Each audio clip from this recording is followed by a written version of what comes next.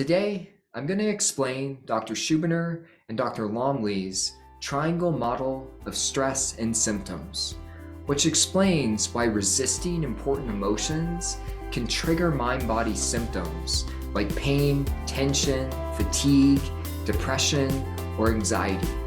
So, let's get into it.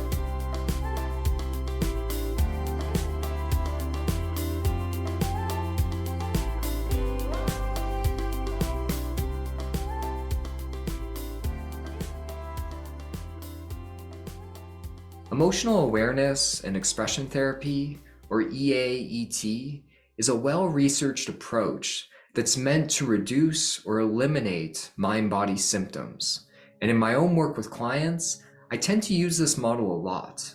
And this was created by Dr. Schubiner and Dr. Lumley, who are both wonderful. Now, the main goal of EAET is to move from being fearful and avoiding emotional experiences to actually approaching and engaging in emotional experiences, which I personally know can be really freeing and empowering. Now, the triangle model of stress and symptoms explains how resisting and avoiding emotional experiences can actually trigger mind-body symptoms.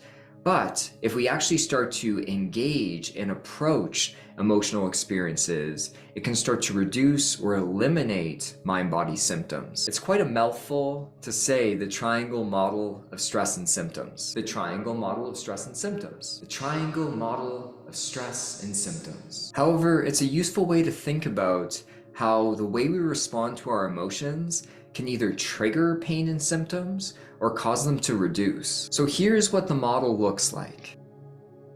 Firstly, on the bottom, we have important feelings or needs, with the feelings including anger, love, sadness, grief, joy, or sexual desires. Now, we also have important needs, including independence, power, protection, and connection to others. These feelings and needs are vital for us to have as human beings. And if we actually prevent them or resist them from occurring, it makes us prone to mind-body concerns. Personally, in the past, I've resisted feeling anger or love, and this contributed to me developing neuroplastic pain symptoms. Now you can see in the upper left corner, we have avoidances or defenses, which are what we utilize to avoid emotions or emotional experiences. We can do this with certain thoughts, feelings, or actions. Defenses are actually really normal to have as human beings. The problem is they prevent us from experiencing and expressing important emotions. They also prevent us from meeting our need for autonomy or connection to others. Defenses can include leaving or withdrawing from a situation, eating excessively, drinking or using drugs excessively, forcing ourselves to be positive, taking care of other people's needs, using humor, or staying excessively busy. For myself, in the past, I used drugs or alcohol, humor, or tried to stay excessively busy to avoid my emotions.